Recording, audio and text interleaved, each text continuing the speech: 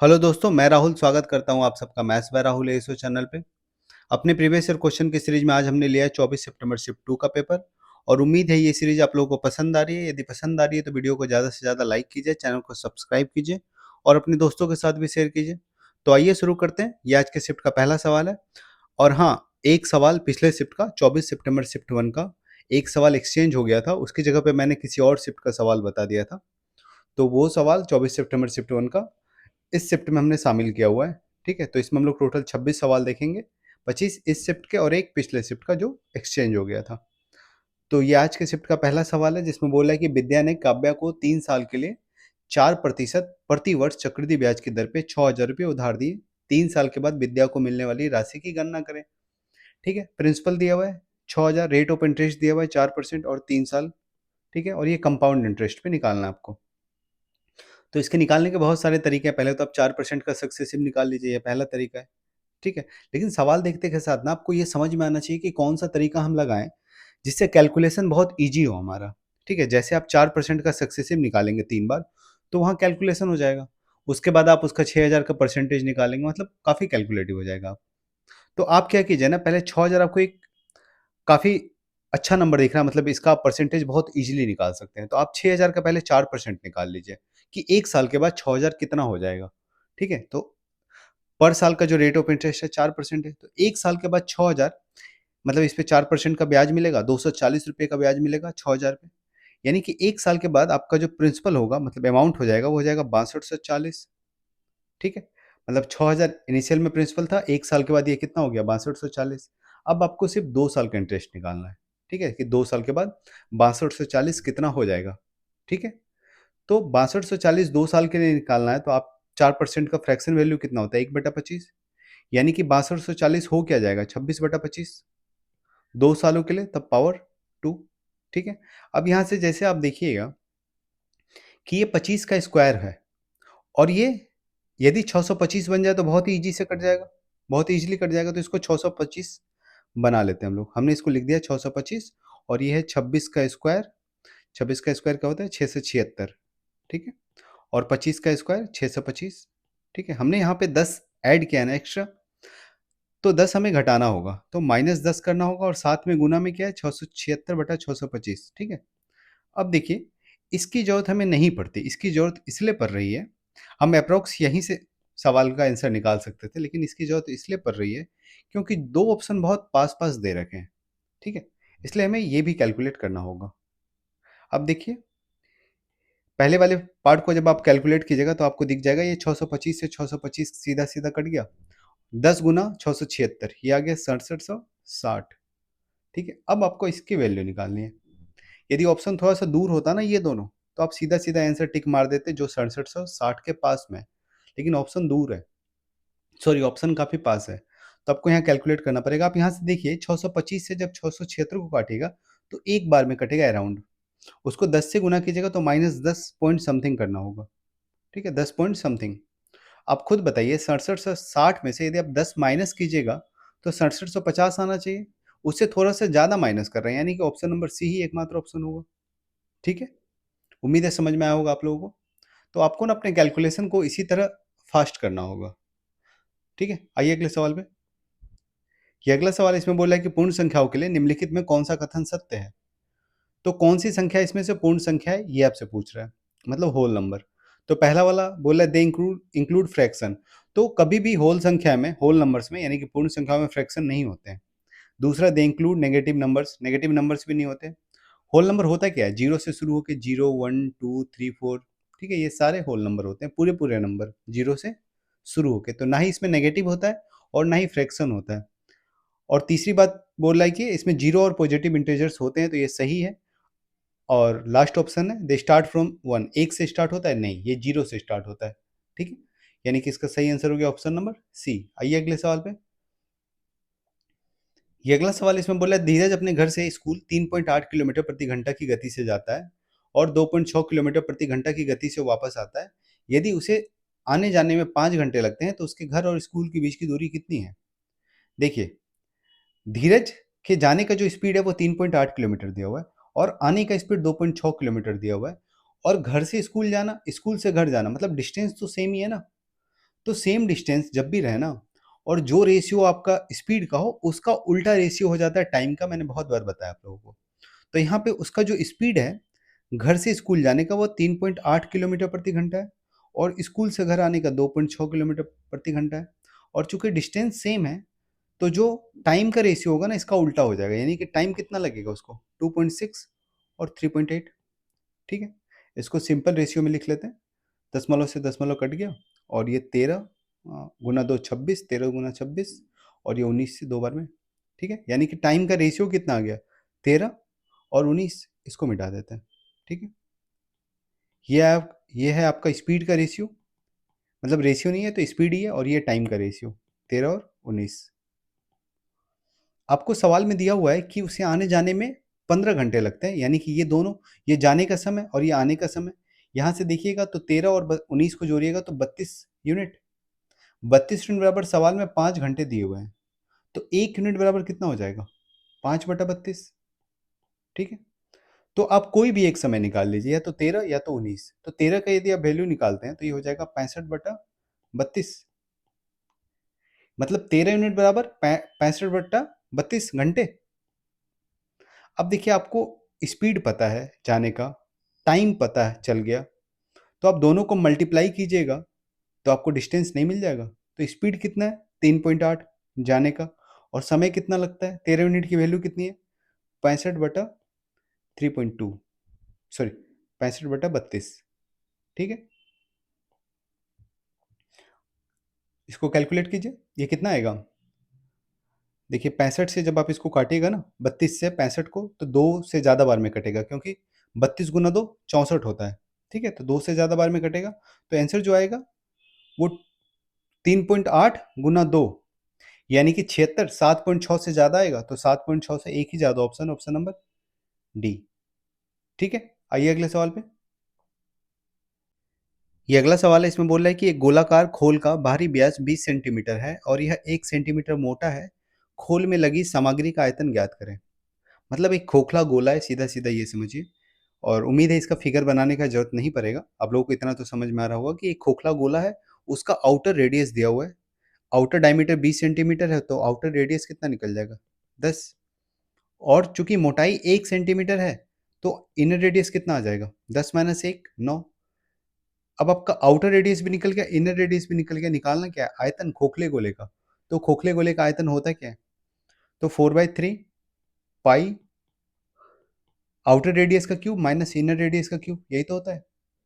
ठीक है, तो यहाँ पे सबकी वैल्यू रख दीजिए। जब आप 4/3 पाई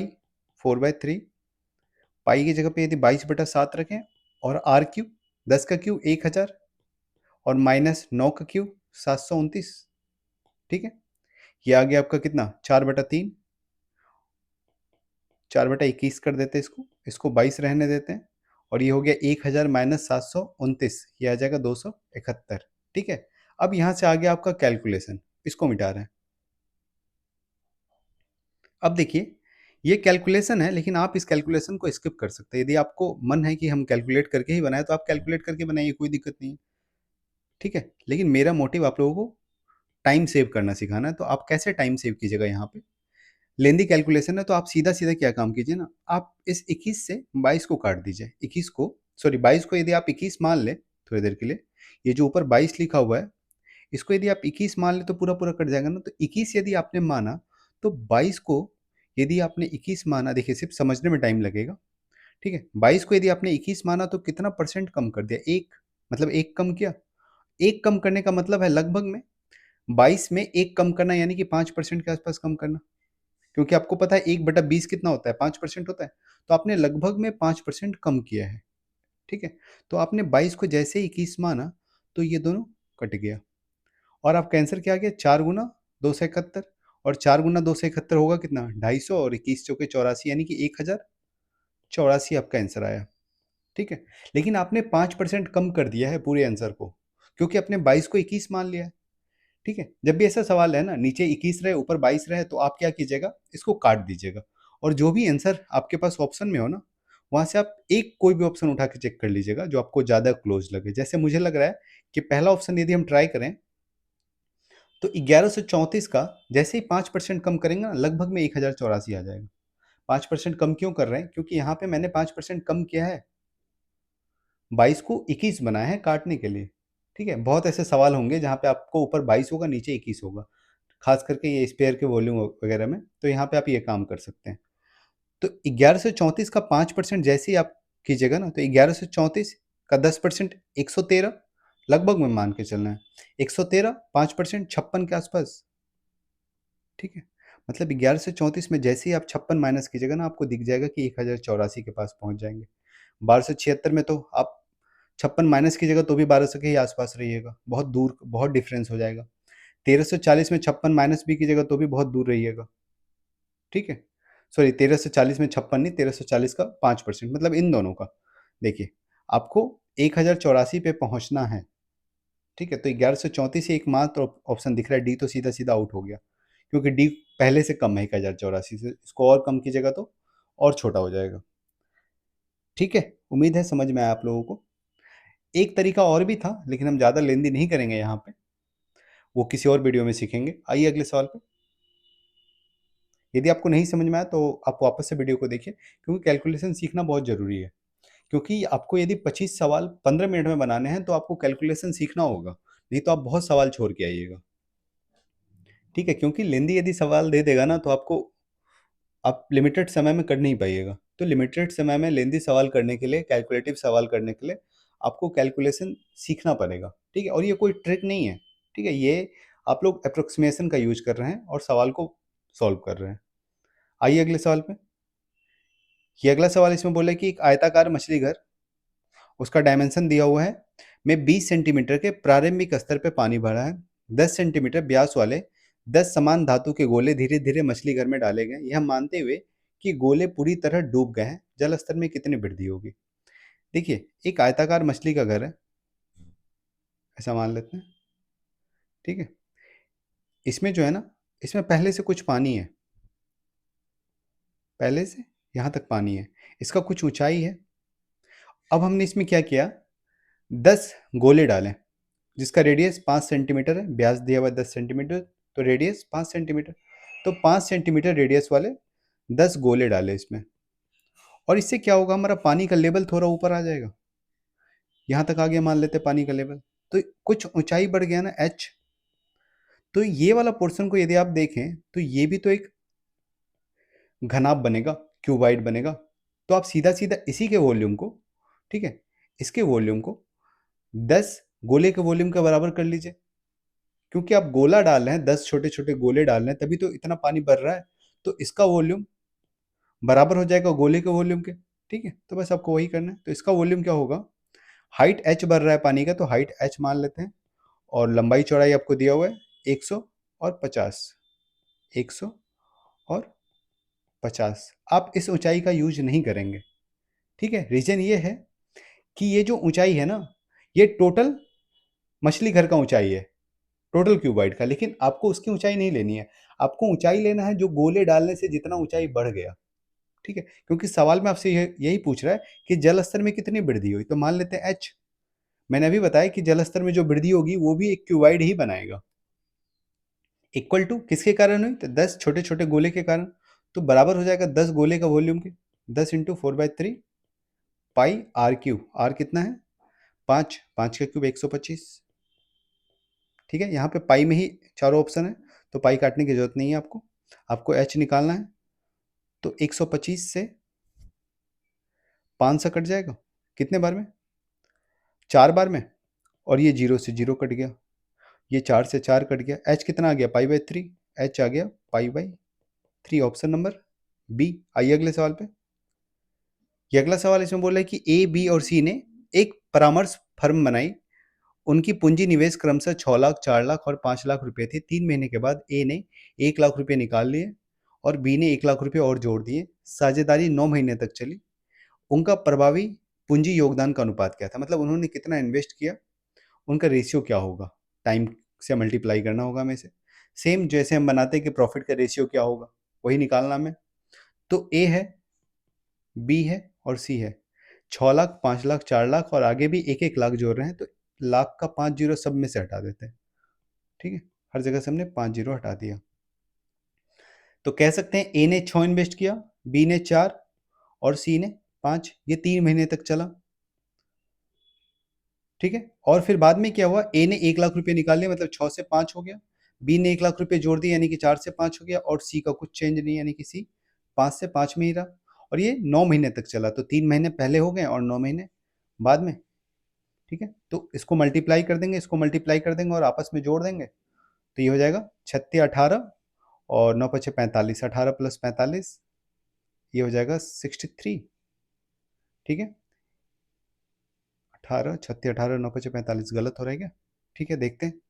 ये आ जाएगा 4 तिया 12, एक सेकेंड, 4 तिया 12 और 9 पचे 45, 12 प्लस 45 ये आ जाएगा 57।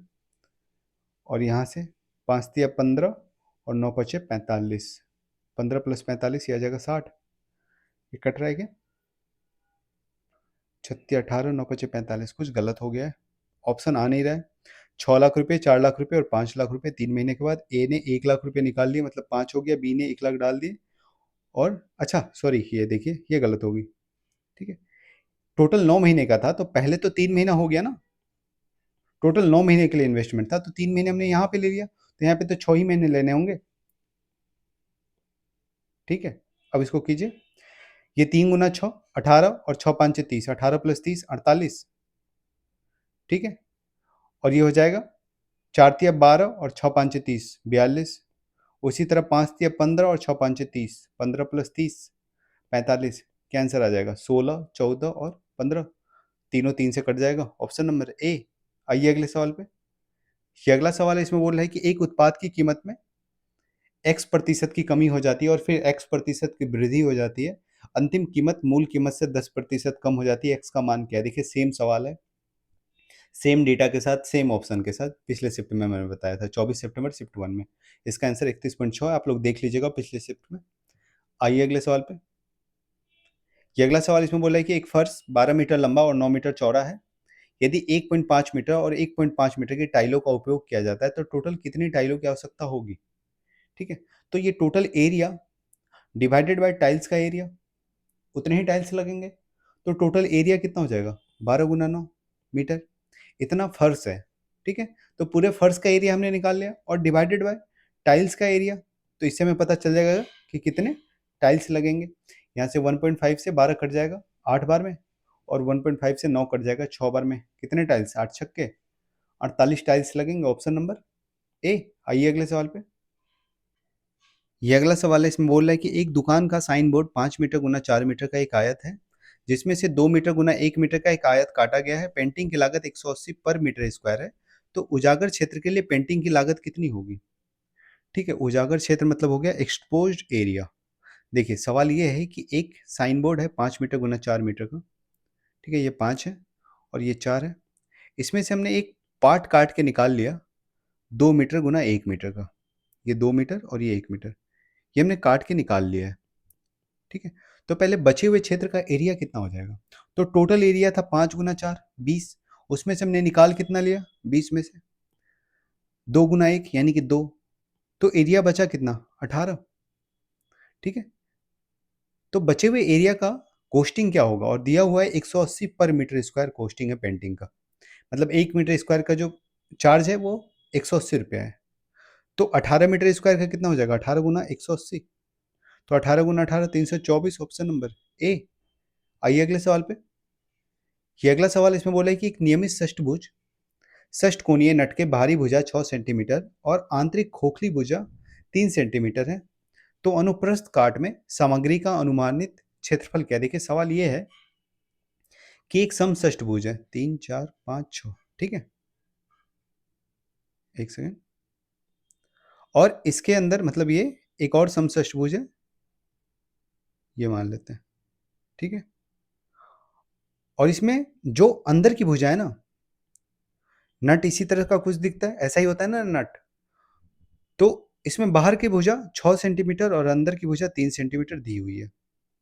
आपसे पूछ रहा है कि अनुप्रस्थ काट में सामग्री का अनुमानित क्षेत्रफल क्या है, मतलब ये एरिया पूछ रहा है, ठीक है, ये एरिया।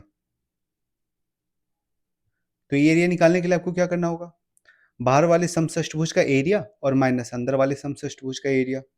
तो बाहर वाले समषष्ठभुज का एरिया में से जब आप अंदर वाला माइनस कीजिएगा तो आप सीधा सीधा लिख सकते हैं समषष्ठभुज का एरिया क्या होता है 3 इंटू रूट 3/2 और इंटू ए स्क्वायर होता है ना, ठीक है। और छोटा वाला का भी एरिया यही होगा, बस ए बदल जाएगा तो यहीं से हम सीधा लिख लेते हैं a1 का स्क्वायर माइनस a2 का स्क्वायर, ठीक है। ये दोनों में कॉमन होगा 3√3/2। अब यहां से देखिए 3√3/2 बाई 2 ए स्क्वायर यानी कि आउटर रेडियस आउटर साइड 6 का स्क्वायर 36 और माइनस इनर साइड 3 का स्क्वायर 9। ये आ गया 27×81/2 40.5 और गुना √3, ठीक है। ये आएगा 27, ये 27 से 3 से गुना होगा तो 81 और 81 को जब 2 से काटिएगा तो 40.5। ये बार बार लिखने की जरूरत नहीं है आपको, ठीक है। ये आगे 40.5 गुना √3। अच्छा √3 होता क्या है 1.732 होता है ना 1.732 और ये इसको आप गुना कीजिए 40.5 से तो आप खुद देखिए, ठीक है, कि ये 40 मतलब 4 और ये 17 17 चौके 68, मतलब ये जो आंसर आएगा 68 से ज़्यादा आएगा, यानी कि एक ही ऑप्शन है जो 68 से ज़्यादा है। समझ रहे हैं? मैंने क्या किया पूरा कैलकुलेट नहीं किया, हम सीधा ये देख सकते हैं कि यहाँ से 4 लिया हमने, ठीक है, और यहाँ से 17 लिया तो 17 चौके 68 यानी कि आंसर 68 से ज़्यादा आएगा, ठीक है। Option number A. आइए अगले सवाल पे। ये अगला सवाल है, इसमें बोल रहा है कि एक व्यक्ति को अपने निवेश पे 10% लाभ प्राप्त हुआ। यदि उसने 5,000 रुपये का निवेश किया और लाभ को पुनर्निवेश किया गया तो समान लाभ दर से दूसरे वर्ष के बाद कुल मूल्य क्या होगा। देखिए सवाल ये है कि कोई बंदा था, उसने 5,000 रुपये पहले साल इन्वेस्ट किया और उसको 1 साल के बाद 10% इंटरेस्ट मिल गया। उसने क्या किया कि उस अपना जो भी उसको उस पर रिटर्न मिला 10% का, वो रिटर्न प्लस जो प्रिंसिपल अमाउंट था 5,000, उन दोनों को जोड़ के उसने वापस से री इन्वेस्ट कर दिया, फिर से डाल दिया उसी स्कीम में और वहां से फिर से उसको 10% मिला। मतलब पहले 5,000 का 10% मिला, ठीक है। तो जो भी आपका अमाउंट आया 5,000 प्लस 5,000 का 10%, उसको वापस से उसने उसी स्कीम में डाल दिया, मतलब फिर से 10% मिला। तो आप इस 10 और 10 का सक्सेसिव निकाल लीजिए, सीधा सीधा 21% आ जाएगा। तो आप सीधा सीधा 5,000 का 21% निकाल लीजिए, पता चल जाएगा कि कितना उसको मिला 2 साल के बाद, ठीक है। तो 5,000 का 21%, 5,000 का 21% होता है 21 पंचे 110 यानी कि 1,110 रुपये। 1,110 रुपये उसको टोटल रिटर्न मिला, सॉरी 105 हो जाएगा 1,050। 5,000 का 21%, 5 गुना 21 105 यानी कि रिटर्न मिलेगा 1,050। तो 5,000 प्लस 1,050 उसको टोटल अमाउंट कितना मिलेगा 6,050, ऑप्शन नंबर बी, ठीक है। आइए अगले सवाल पे। ये अगला सवाल इसमें बोला है कि एक डीलर अंकित मूल्य पे 25% की छूट देने के बाद कुकीज का एक पैकेट 120 रुपये में बेचता है। यदि अर्जित लाभ 20% है तो क्रय मूल्य ज्ञात कीजिए। देखिए इस सवाल में इस डेटा की कोई ज़रूरत ही नहीं है। सवाल सीधा सीधा ये है कि 120 रुपये में बेचने पे उसको 20% का प्रॉफिट हो रहा है तो क्रय मूल्य कितना रहा होगा 100, क्योंकि 100 की चीज पे को ही जब आप 120 पे बेचेगा तो 20% का प्रॉफिट हो जाएगा ना, ठीक है। आइए अगले सवाल पे। ये अगला सवाल इसमें बोले कि एक कंपनी में 5 इंजीनियरों का औसत वेतन 60,000 रुपये है। यदि एक इंजीनियर नौकरी छोड़ देता है और औसत वेतन वेतन 58,000 रुपये हो जाता है तो नौकरी छोड़ने वाले इंजीनियर का वेतन क्या था, ठीक है। देखिए 5,000 इंजीनियर का वेतन था, सॉरी 5 इंजीनियर का वेतन 60,000, तो जिसने नौकरी छोड़ा उसका भी एवरेज 60,000 ही रहा होगा, मान लेते हैं। पांचों इंजीनियर का जो एवरेज सैलरी था वो 60,000 था, तो जिसने नौकरी छोड़ा उसका भी 60,000 मान लेते हैं, ठीक है। लेकिन इसके नौकरी छोड़ते के साथ हुआ क्या कि बाकी के जो 4 लोग थे, ठीक है, उसका एवरेज वेतन घट के 58,000 पे आ गया, मतलब हर एक का 2,000 कम हो गया। तो 4 लोगों पे कितना कम हो गया 8,000, यानी कि 8,000 ये जिस बंदे ने छोड़ा वही दे रहा होगा, तभी तो इसका एवरेज वेतन सारे का 60,000 हो जा रहा था। उसने छोड़ा तो खुद का 60,000 तो ले ही गया, बाकी 4 इंजीनियर का एवरेज वेतन 60 से 58 हो गया, यानी कि हर एक का 2,000 कम हो गया, तो 4 का 8,000 कम हो गया। तो जिस बंदे ने नौकरी छोड़ी उसकी सैलरी कितनी थी 68,000, ऑप्शन नंबर बी, ठीक है। आप इसको ऐसे भी बना सकते थे 5 गुना 60,000 ये टोटल सैलरी हो गया, इसमें से एक बंदे ने अपनी नौकरी छोड़ दी तो जो नया एवरेज सैलरी आ गया 4 लोगों का वो आ गया 4 गुना 58,000। यहाँ से भी एक्स की वैल्यू निकालते हैं यही मिलता, लेकिन ये यहाँ आपको कैलकुलेशन करना पड़ता, इसको आप वर्बली कर सकते थे। ठीक है, आइए अगले सवाल पे। ये अगला सवाल इसमें बोला है कि एक त्रिकोणीय स्टोरेज प्रिज्म का आधार समकोण त्रिभुज के आकार का है, जिसकी भुजाओं की लंबाई 5, 12 और 13 के अनुपात में है। यदि आधार का कुल परिमाप 60 सेंटीमीटर है और प्रिज्म की ऊंचाई 8 सेंटीमीटर है, तो प्रिज्म का पार्श्व पृष्ठ क्षेत्रफल।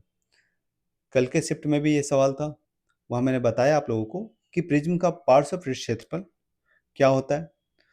ठीक है, तो वो होता है कि आधार का परिमाप गुना ऊंचाई। ठीक है, तो आधार का परिमाप आपको दिया हुआ है 60 और ऊंचाई भी दिया हुआ है, तो इस डेटा का जरूरत ही नहीं है। प्रिज्म का पार्श्व पृष्ठ क्षेत्रफल होता है, मतलब लेटरल सरफेस एरिया, आधार का परिमाप गुना ऊंचाई। आधार का परिमाप है 60 और ऊंचाई है 8, यानी कि 480। आइए अगले सवाल पे।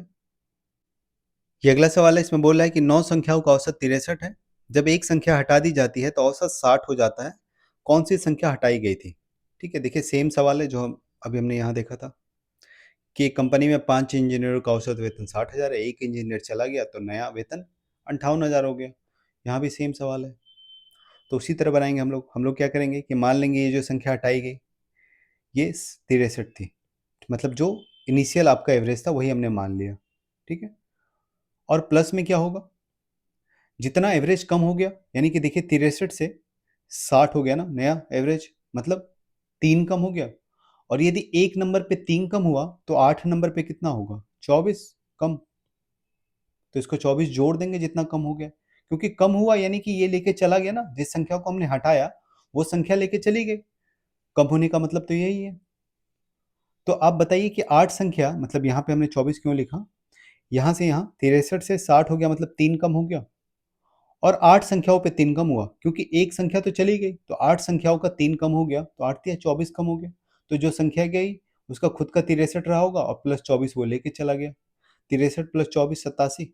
आइए अगले सवाल पे। ये अगला सवाल है, इसमें बोला है कि एक थोक विक्रेता 100 सामान घड़ियों के बैच पे लागत मूल्य से 80% अधिक अंकित करता है। खुदरा विक्रेता को 25% की व्यापारिक छूट देता है। एक खुदरा विक्रेता सभी घड़ियां खरीदता है और 48,000 रुपये खर्च करता है।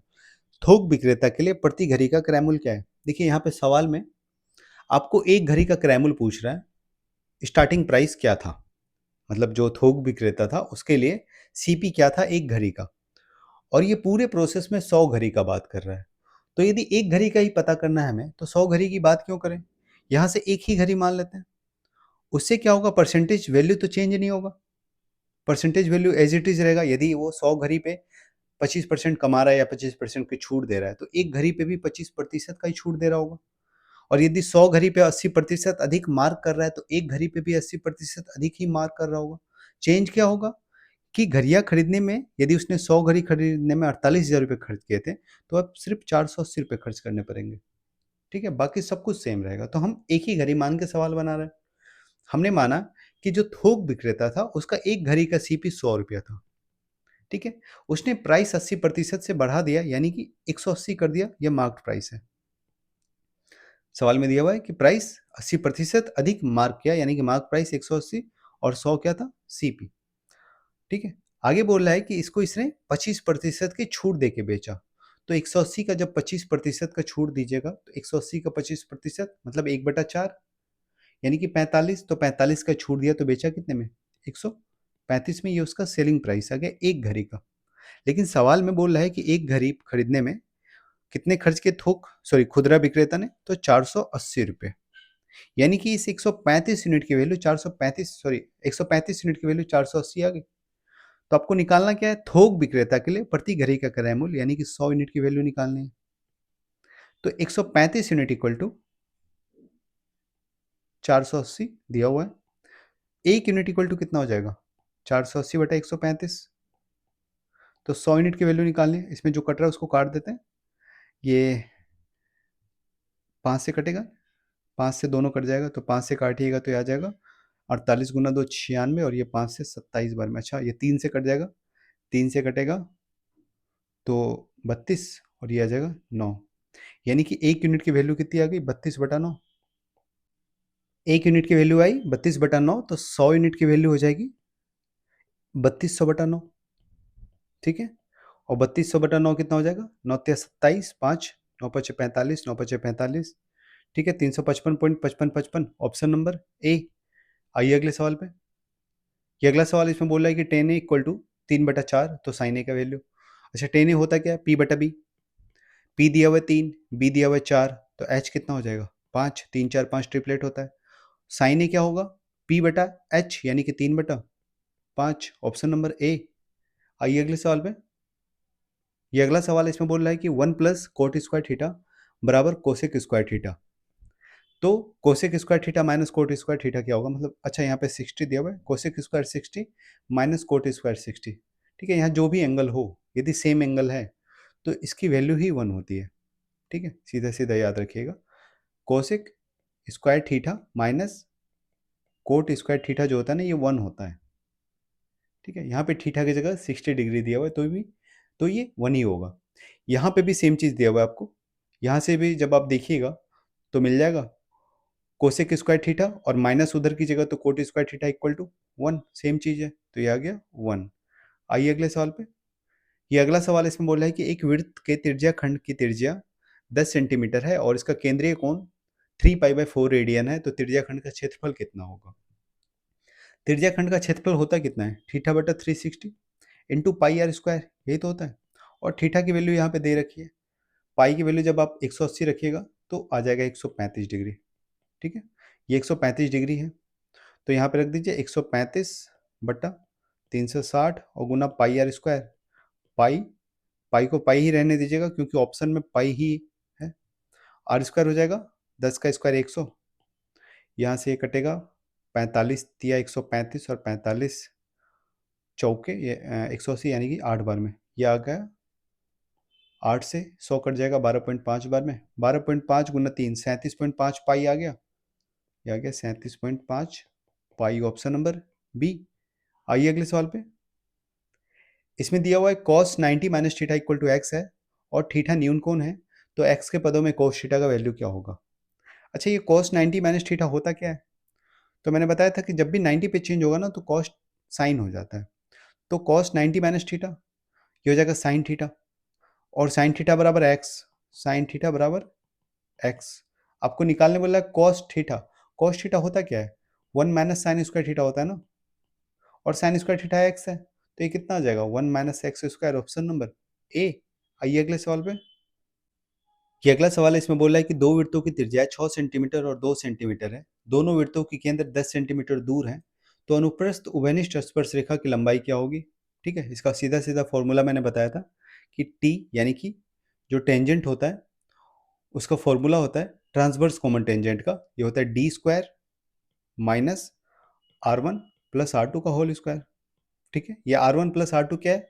दोनों सर्कल का रेडियस, और डी क्या है? दोनों सर्कल के सेंटर के बीच का दूरी। मतलब ये देखिए, ये एक सर्कल हो गया आपका, ये दूसरा हो गया। ठीक है, ये पहले वाले का सेंटर, ये दूसरे वाले का सेंटर, दोनों के बीच का जो डिस्टेंस है वो डी है। ठीक है, और दोनों का रेडियस दे रखा है।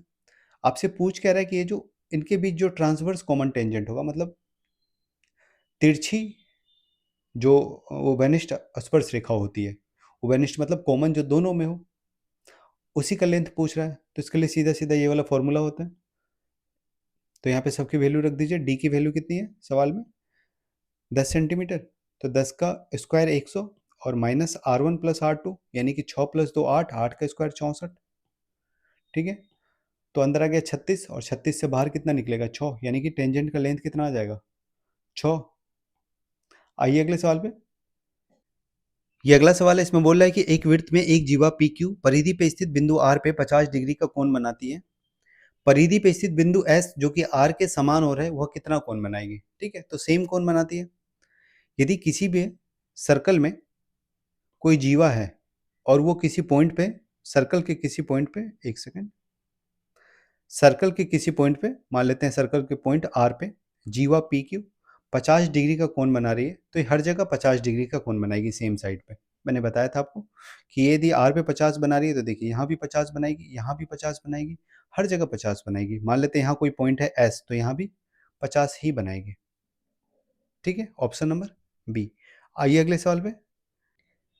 ये अगला सवाल है, इसमें बोल रहा है कि एक वृत्त की त्रिज्या 20 सेंटीमीटर है, 32 सेंटीमीटर लंबाई की एक जीवा खींची गई है, वृत्त के केंद्र से जीवा की दूरी क्या है? ठीक है, सेम सवाल है, हर शिफ्ट में पूछा गया, बहुत ही आसान सवाल है। एक सर्कल है, हालांकि इसके लिए आपको फिगर बनाने की जरूरत नहीं पड़ेगी। एक सर्कल है, इसमें एक जीवा खींची गई है 32 सेंटीमीटर लंबी, और आपसे पूछ क्या रहा है, इसमें रेडियस भी दिया हुआ है 20 सेंटीमीटर का। आपसे पूछ रहा है कि सेंटर से जीवा का जो डिस्टेंस है वो क्या होगा। ठीक है, तो मैंने बताया था कि जब भी आप सेंटर से जीवा को मिलाते हैं, परपेंडिकुलर मतलब डिस्टेंस की बात करते हैं, तो वो जीवा को बाइसेक्ट करता है, मतलब ये दोनों बराबर हो जाएंगे। तो ये 32 है तो ये 16 हो जाएगा, ये 16 है, ये 20 है, और राइट एंगल ट्रायंगल में यदि हाइपोटेनस 20 और एक साइड 16 है तो तीसरी साइड कितनी हो जाएगी, 12, क्योंकि 16 12 20 क्या होता है, ट्रिपलेट होता है। आपको ये पता है 3 4 और 5 ट्रिपलेट होता है। इसी को जब 5 से गुना कीजिएगा, सॉरी 4 से, तो ये हो जाएगा 12 16 और 20, ये भी ट्रिपलेट होता है। 3 4 5 बेसिक ट्रिपलेट है, इसको किसी भी नंबर के साथ गुना कीजिए तो वो भी ट्रिपलेट बनेगा। तो कितना आ गया डिस्टेंस, 12 सेंटीमीटर। ठीक है, आइए अगले सवाल पे। ये अगला सवाल इसमें बोला है कि एक वृत्त में जीवा ए बी केंद्र पे 60 डिग्री का कोण बनाती है। उसी जीवा ए बी द्वारा दीर्घ चाप पे स्थित किसी बिंदु सी पे बनाया गया कोण क्या होगा, तो 30 डिग्री होगा। मतलब जितना कोण सेंटर पे बनाती है उसका आधा कोण बनाती है परिधि पे। ठीक है, सेम टाइप का सवाल है, ये भी बहुत बार बता चुका हूँ आप लोगों को। ये कोई जीवा है, ठीक है, सेंटर पे 60 डिग्री का एंगल बना रही है, तो ये पूछ रहा है इसी तरफ परिधि पे कितना एंगल बनाएगी, तो आधा बनाएगी 60 का, 30 डिग्री। ठीक है, आइए अगले सवाल पे। ये अगला सवाल है, इसमें बोल रहा है कि 5 सेंटीमीटर त्रिज्या वाले एक वृत्त के केंद्र ओ से 13 सेंटीमीटर दूर स्थित बिंदु पी से एक रेखा खींची गई है।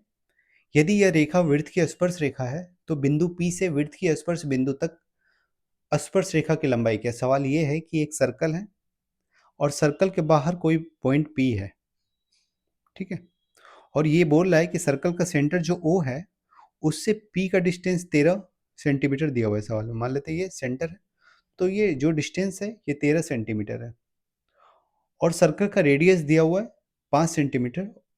पूछ रहा है कि पी बिंदु से जो स्पर्श रेखा खींची गई है वृत्त पे, यानी कि ये पॉइंट पी से आपने वृत्त पे कोई स्पर्श रेखा यानी कि टेंजेंट खींचा, तो इस टेंजेंट का लेंथ क्या है, मतलब पीटी कितना होगा। आपको इसमें रेडियस भी दे रखा है, कितना, 5 सेंटीमीटर। तो आपको पता है रेडियस टेंजेंट के साथ 90 डिग्री बनाता है, और आपको ये भी पता है कि 5 12 और 13 ट्रिपलेट होते हैं, तो ये 5 है, हाइपोटेनस 13 है, तो बेस या परपेंडिकुलर कितना हो जाएगा, 12, तीसरी भुजा 12 हो जाएगी, यानी कि टेंजेंट का लेंथ कितना हो जाएगा, 12। ठीक है, तो आज के शिफ्ट के सवाल खत्म हो गए। अब पिछले शिफ्ट का एक सवाल छूटा हुआ था, वो देख लेते हैं। ये सवाल जो है 24 सितंबर शिफ्ट 1 का है। ठीक है, इसमें बोल रहा है कि a plus b equal to 90 degree है, तो टेन ए और टेन ए इक्वल टू 2 है, तो टेन ए इंटू टेन बी क्या होगा। देखिए यदि टेन ए इक्वल टू 2 है तो आप टेन ए को तो ये भी लिख सकते हैं ना, 90 माइनस बी लिख सकते हैं, क्योंकि यहां से जब आप देखिएगा तो a इक्वल टू कितना आ जाएगा, 90 माइनस बी आ जाएगा। तो यहीं पे a की जगह पे आपने क्या रख दिया, 90 माइनस बी रख दिया। ठीक है, तो यहां से आपको 10b की वैल्यू मिल जाएगी। एक सेकेंड, 10 90 माइनस बी, आपने a की जगह पे 90 माइनस बी रखा, इक्वल टू 2। यहाँ से 10 90 माइनस बी को आप लोग लिख सकते हैं कोट बी, क्योंकि 10 जब 90 पे बदलता है तो कोट देता है, कोट बी कितना आ गया 2, और यदि कोट बी 2 आ गया तो 10 बी कितना हो जाएगा 1/2। अब आपको 10 ए इंटू 10 बी निकालना है। 10 ए पता है आपको, सवाल में दिया हुआ है 2, और 10 बी आपने निकाल लिया 1/2, तो 2 इंटू 1/2 कितना हो जाएगा 1।